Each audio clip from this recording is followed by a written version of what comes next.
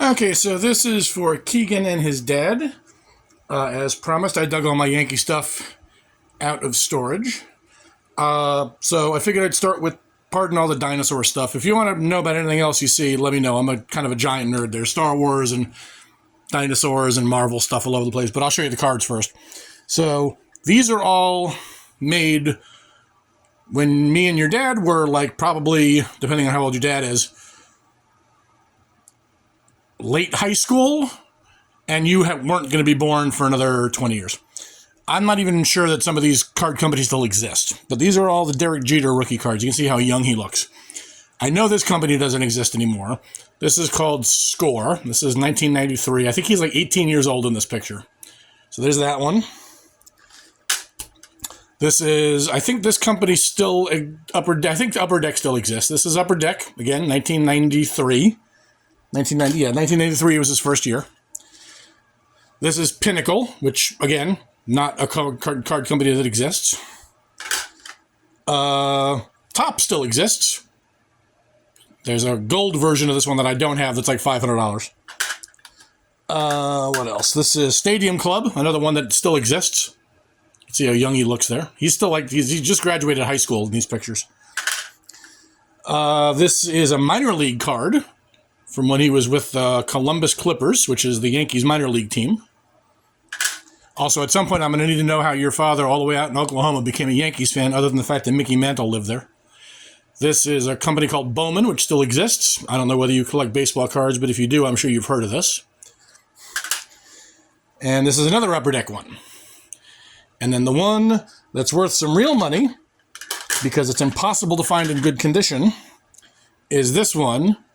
This is called a 1993 Upper Deck SP card, which stands for short print. The reason this is like a $400 card is because if you look, it's like a foil front, and it is impossible to find one where the corners are sharp. And for people who care about that, that's what really matters. So this is a 8 out of 10, and it's about $400. If this was a 10 out of 10, this is a 10. This is like a $3,000 card. Shoot, I left the bets in the other room. We do those first.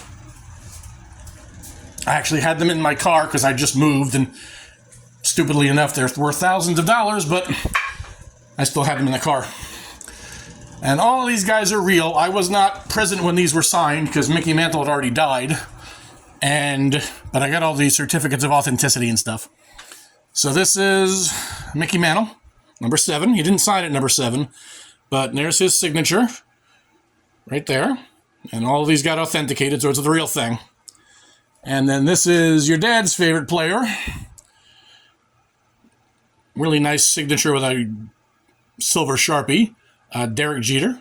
And there's the little certificate of authenticity. I'll do the big jerseys last. So here are some players. If your dad's a Yankees fan, I'm sure you've heard of these guys. This is signed by Derek Jeter. This is a game-used ball, so this is kind of cool. This is an old Yankee catcher from the 40s, the 50s, and the 60s, Yogi Berra. This is... signature is a little faded because the ball was, I think before I got it, kept in the sun. But this is Joe DiMaggio, who played center field for the Yankees before Mickey Mantle took over. And here's my favorite player, with a really nice signature, Mickey Mantle. This is when they tore down the old stadium. They chopped up all the pieces of everything and they sold it all to people who wanted to buy them. So this is a chunk of the left field foul pole from the old Yankee Stadium. You can see people scribbled on it before they tore the place down. The one thing that I really wish I had kept was when they tore the place down, if you had season tickets, they let you buy your seat. And I bought mine for $750, but I can't remember why I sold it. I think I needed the money or something. And so I sold it, and now I'll never get it back. This is Derek Jeter signed hat. It's a little small. This would probably fit you better than it would me. This is a 6 5/8, but it's I found it on eBay, and it was relatively cheap. Again, a nice signature. This I haven't opened in a bit. This was framed, but I didn't like the frame. I'm going to put this down for a second. I didn't like the frame, so I took the frame out. I took it out of the frame, but I haven't really had it out in a bit. But again, it's a pretty nice signature. I had it where I had it before. It was in the sun, which was a stupid thing to do. Authentic jersey, so you can really feel it's much better than what they make these days. And there's Mr. Jeter's signature. And now the ones that are really, really, really valuable, but I will never sell. Here is, if you were here, you could feel how rough this is. This is a company called Mitchell & Ness. It's a company that makes really authentic jerseys out of the material that they were actually using. So this is made of like really scratchy wool. And I tried it on once when I got it, just because I had to. And man, I don't think I could have played in the heat in the middle of summer wearing this thing. So there's the Cooperstown Collection Mitchell & Ness patch. This is 1939. So there's the 1939 Baseball Centennial patch on the sleeve. And there's Mr. DiMaggio's signature on the hat.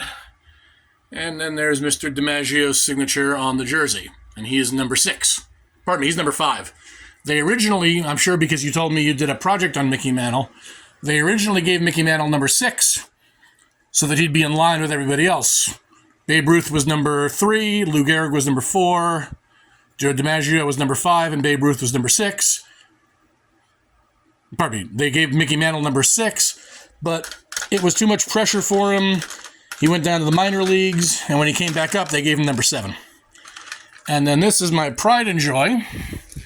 This is Mickey Mantle, 536 home runs.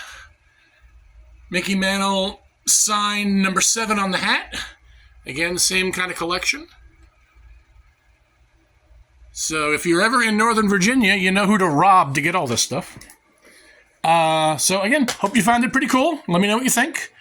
Anything else you saw in the room or the collection you want to take a look at, please let me know. I will be more than happy to film stuff for you because I love showing off. And keep swinging, buddy. You're doing great.